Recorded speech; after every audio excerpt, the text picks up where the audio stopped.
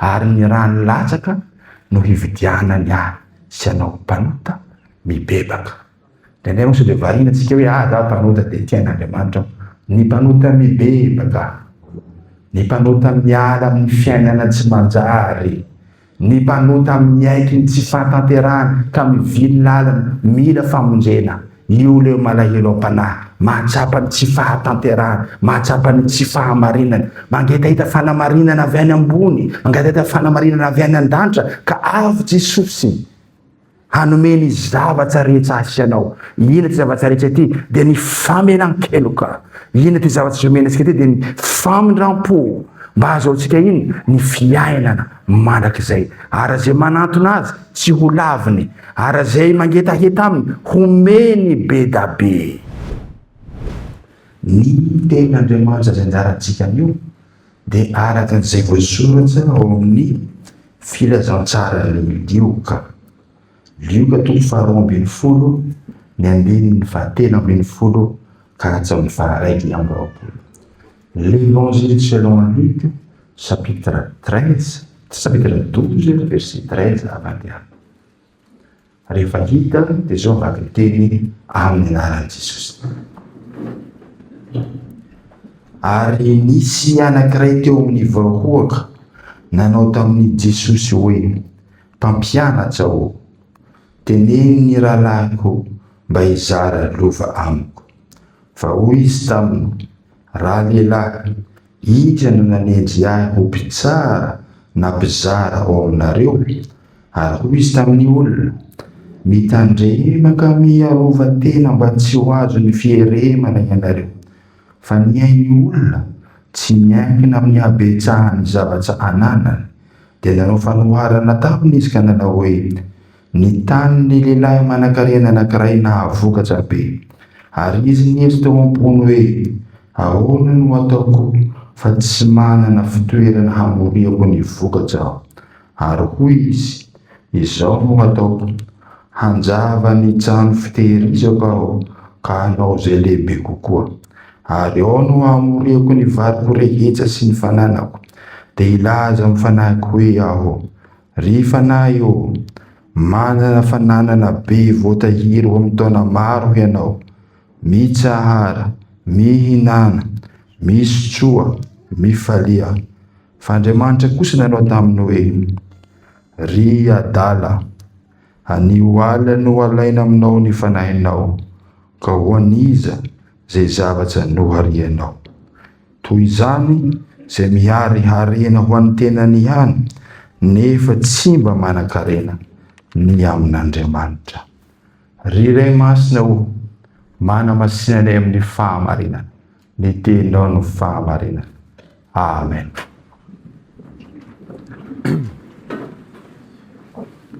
Ry fiangonana malala ho aminareo ny fahasoavana sy ny fiadanana avy amin'Andriamanitra raitsika sy Jesosy e Kristy Tompo.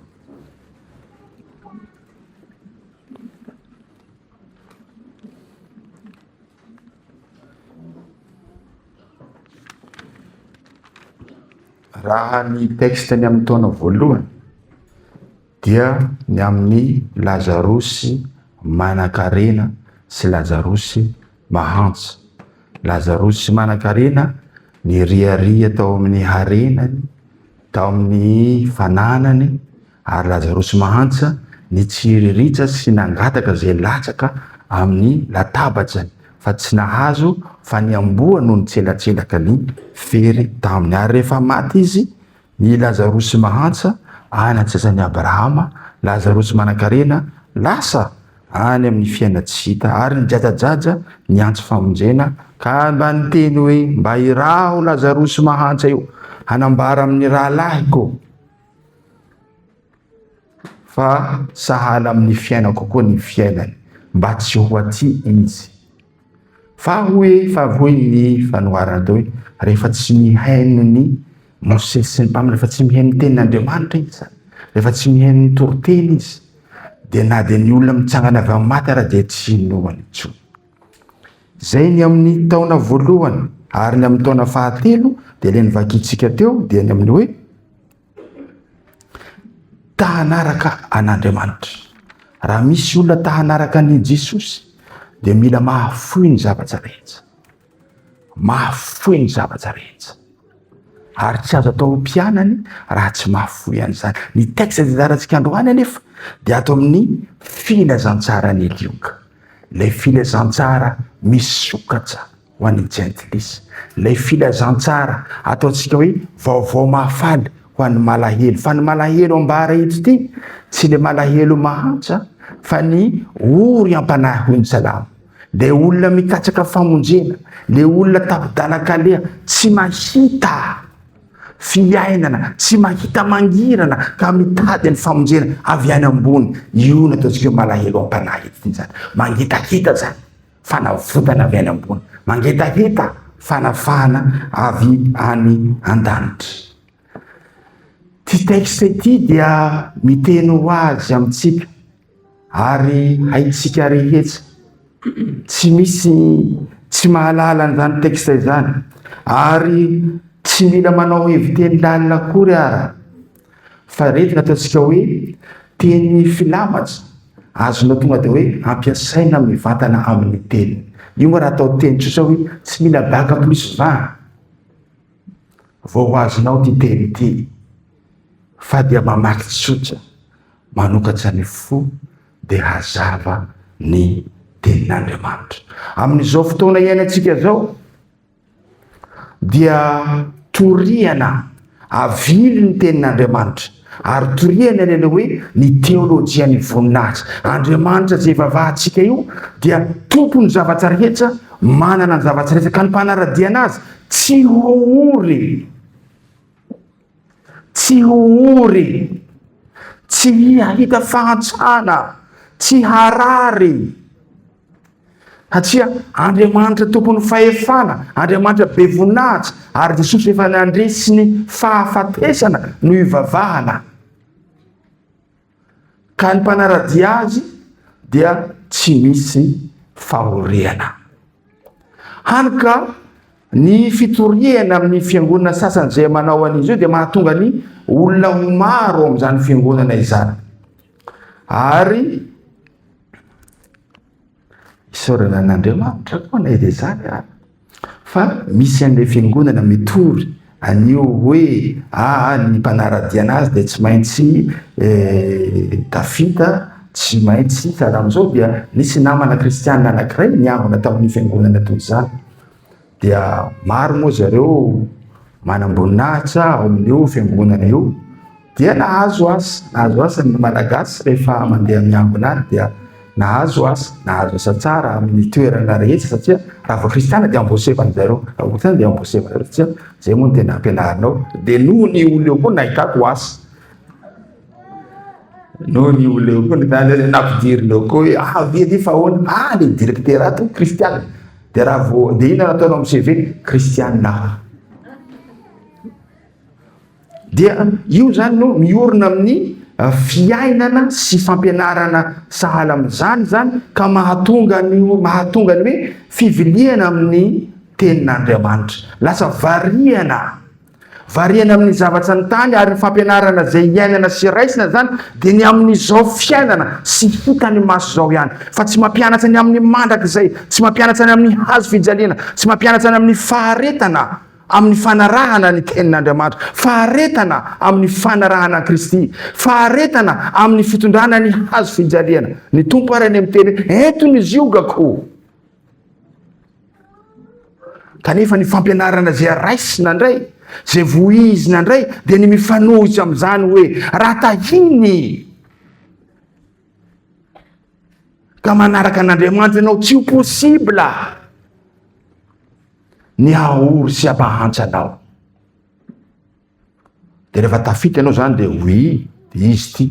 Dia rehefa tsy dribble kely ao amin'ny fitadiavana asa ao lavitra an'Andriamanitra dia miady ianao, satria tsy ao anatin'ilay fampianarana. Eto Jesosy dia mitaona antsika handiny tena, mitaona antsika hametraka ny fotsika ao amin'izay tena tiantsika, fa ao amin'izay mameno ny fo, ao ny vatatsika rehetra. Zay zavatsy tena mangetahetanao tsarovy nefa indraindray rehefa misy olana miaraka amitsika na itsika zany tellement misy zavatra mameno isesetanao resaka hafa ny tenenin'ny olona paf tafidy zany na tafavoaka ny vavanao le zavatra tena mameno no fonao ao. Io no itaomana antsika hitanila eto ty dia ny hikatsaka ny fanjaka an'Andriamanitra sy ny fahamarinana. Fa le Andriamanitra ivavahantsika tompony zavatra rehetra eto an-tany sy any an-danitra, tsy ny ankehitriny zao ihany fa hatramin'ny mandrakizay tsika. Vetivety fotsiny ihany ny fiainana iainantsika eto an-tany, mety 20, mety 70 dia tapitra. Fa ny angonantsika eto dia ny hanomanantsika ny mandrakizay tsika. Ny androm-piainantsika dia hanomanantsika ny ampitso, ny antom-pisiantsika dia ny mahafantatra ny asa-panavotana zany Andriamanitra ivavahantsika zany. Ary tsy mitady ny olo marina izy, tsy mitady ny olo feno firehariana izy, tsy mitady ny olona zay manantena ny zavatra ankehitriny zay ananany zao ihany izy, fa mitady ny olona hitady ny fiainana manakizay zay omeny maimaimpona any mpanaradia azy. Io anie maro ny formule ao amin'ny baiboly ao, formule sana amin'ny formule matematika azo aplikena, tsy mitopika na revirevy fotsiny ihany fa tena marina ny teneny. Tsy mila miditra anatin'ny scaphandre ianao ihina oxygène pure 100% na hoe 100% mba hampitombo ny androm-piainanao, fa teny tsotra fotsiny ihany. Teo lava velona ve ianao? Ahoana ho izy ny dity fahefatsa? Haitsika ve zany? Ahoana dity fahefatsa? Manaja ny rainao sy ny reninao mba haniny ahita sotsy ho maroandro ianao. Ka izany ianao zany tsy mila miketsiketsika be, tsy mila mamitaka olona, tsy mila mangalatra, tsy mila mikopinazy amin'ny mpitondra vao azo plasy tsara. Manajany rainao sy ny reninao dia ahita soa sy ho maroandro eto ambony tany ianao. Formule tsara zany, tenin'Andriamanitra zany. Dia ahoana koa izy? Katsaho alohan'ny fanjakany sy fahamarinana dia haniny izao rehetra izao. Diso zany tsika le mametraka ny fiainatsika amin'ny ketsiketsika. Diso zany tsika mamengapingana ny mpiara-miasa any amin'ny fiatsahana any mba hamiratana. Diso zany tsika manambanimbany ny hafa mba hieveratsika hoe ho hiakatra ao ambony. Diso zany tsika manantenany amin'ny connaissance mba azahoana ny zavatra zay ketsaitsika. Diso zany tsika manantenany amin'ny réseau tsika LinkedIn sy ny sisa sy ny karazanao mba ahitana zavatra soa. Fa ny tenin'Andriamanitra eto tsy misy fitaka ny teniny ary manome toky antsika. Fa io ny azy aloha, ka tsy ao aloha ny fanjakany sy ny fahamarinany. Hanampy ianao fa tsy hoe akory hoe ny Andriamanitra fa navitany zavatra rehetra ny mpanaradia anazy tsy maintsy zao. Non, ka tsy ao aloha ny fanjakany sy ny fahamarinany. Hanampy ianao zavatra rehetra. Teo lava velona ianao, io ny teny manajany rainao sy ny reninao. Ary maro ny tenin'Andriamanitra rehetra zay azo aplikentsika, azo aplikentsika eo amin'ny fiainatsika. Maka verset ray tsika ianaratsika iny Jesosy eo mampanantena ahy an'izao ianao. Vonjeo re, henoy re, zany teninao zany. Any am'izay misy ny fotsika, any am'izay veritsika misy arenatsika, any ny fotsika. Raha tena hoe feno fangatahetahan'Andriamanitra zany tsika, dia io no ao amin'ny fiainatsika. Ary Andriamanitra ivavahantsika io dia Andriamanitra io fitiavana. Ny amin'izao tontolo zao dia ny hoe ny ahy aloha, ny ain'Andriamanitra vahatsika dia ny an'ny hafa aloha. Imagineo hoe ny hafa natao zay hasoa azy, ny hafa no karakaraina, ny olo ratsy no karakaraina, ny olo mpamono azy, ny mpanenjika azy, tsy mino azy, itsika zany no nandatsahany ainy teo amin'ny hazo fijaliana, no namonoana azy, ary ny rano latsaka no hividianany ahy sy anao mpanota mibebaka. Indray moa sao de varina tsika hoe za mpanota de tian'Andriamanitra. Ny mpanota mibebaka, ny mpanota miala amin'ny fiainana tsy manjary, ny mpanota miaiky ny tsy fahatanterana ka mivily lalana mila famonjena. Io leo malahelo am-panahy, mahatsapa ny tsy fahatanterana, mahatsapa ny tsy fahamarinana, mangetahita fanamarinana avy any ambony, mangetahita fanamarinana avy any an-danitra, ka avy Jesosy hanomeny zavatra rehetra asy anao. Ina ty zavatra rehetra ty? De ny famelan-keloka. Ina ty zavatra zomenasika ty? De ny famindram-po. Mba azahoantsika ino? Ny fiainana mandrakizay. Ara zay manantona azy tsy ho laviny, ara zay mangetaheta aminy homeny be da be, homeny be da be. Ka tsy ho variana amin'izao fiainana izao tsika, tsy ho variana amin'ny masony olombelona, amin'ny fijerevantsika amin'ny fiainana, fa mba hanana ny fijerin'Andriamanitra tsika, de hijery sy hiantoka eo am-potsiny hazo fijalian'i Jesosy. Ka inia tsy halalana inona na inona afatsy zany Jesosy voahomby teo amin'ny hazo fijaliana izany. Hevery zao teny zao mampieritseritra zao, ry adala tsy saina insensé, anio alina no esorina aminao ny ainao. Ianao zany varina migofoka azy karazany primaire supplémentaire, ato avancement concours hoe tapo tsara riva re dada.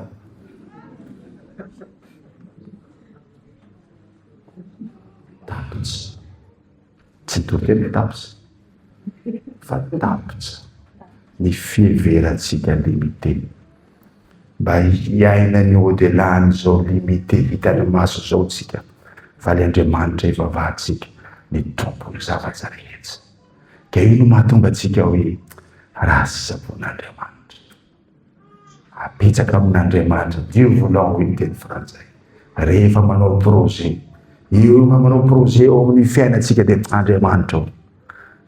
Ry tompo, zao ny manana hetetanao zao, ampio re, ndao re mba hiaraka amiko, zao ny zavatra ataoko. Am'izay fotoana zay de rehefa azo mivalimbavaka dia ampanatsy tena no eketsika hoe miaraka amiko ny tompo. Fa tsy ho izy ilay chauffeur miaraka taminay mitondra tomobily camion ho any Randriamalala, mitondra vary tany Randriamalala zay. Raitsy tanatin'ny fotaka leo onjo manan-kara tamin'izany ratsy ny lalana. De misy an'ileo zany ny dogodoko be reny, chenille reny, no nitarika camion afaka an'ilay lavana. Rehefa tonga amin'ny lalana plat indraiky izy miaramila, tsy mahalala angao izy. Doza tao anatin'ny hazana rehefa amin'ilay anina tao. Ny olo atsafaratsa mivavaka Jesosy eo, Jesosy eo, Jesosy eo. Radady tsy mahalala angaty io izy migrisitra zao. Ena amin'le fa tena fa tsy misy miraikitra tsony ny olona, eo zahay vao niraikitra. Ny raikitra sa misy hatsana kely satria nahoana? Samy mahalala, samy miarany mieritreritra sy ny karazany. Fa raha tahiny ka miara-nino sy amin'ny vavaky ny mino izy hoe ny tompony nomba sy nanala tamin'izany, tsy rehareha mihitsy hoe tsy mahalala ahy anga. Satria napetsaka amin'ny Jesosy ny fiainana sy ny zavatra rehetra. Na ny zavatra rehetra, na ny zavatra rehetra de ataontsika amin'ny anaran'i Jesosy. Na ny miteraka, na ny mahandro, na ny miantsena, na ny mantsaka, na ny mitondra fiara, dia izy no hombatsika sy ametsahantsika ny fiainantsika rehetra. De amin'ny andro zay rahantsika eto, de hiara idera sy karazan'Andriamanitra sika kanao hoe voninahitra ny ho an'Andriamanitra ray sy zanaka ary fanahy masina, zay aza amin'ny taloha indrindra ka ho manakizay.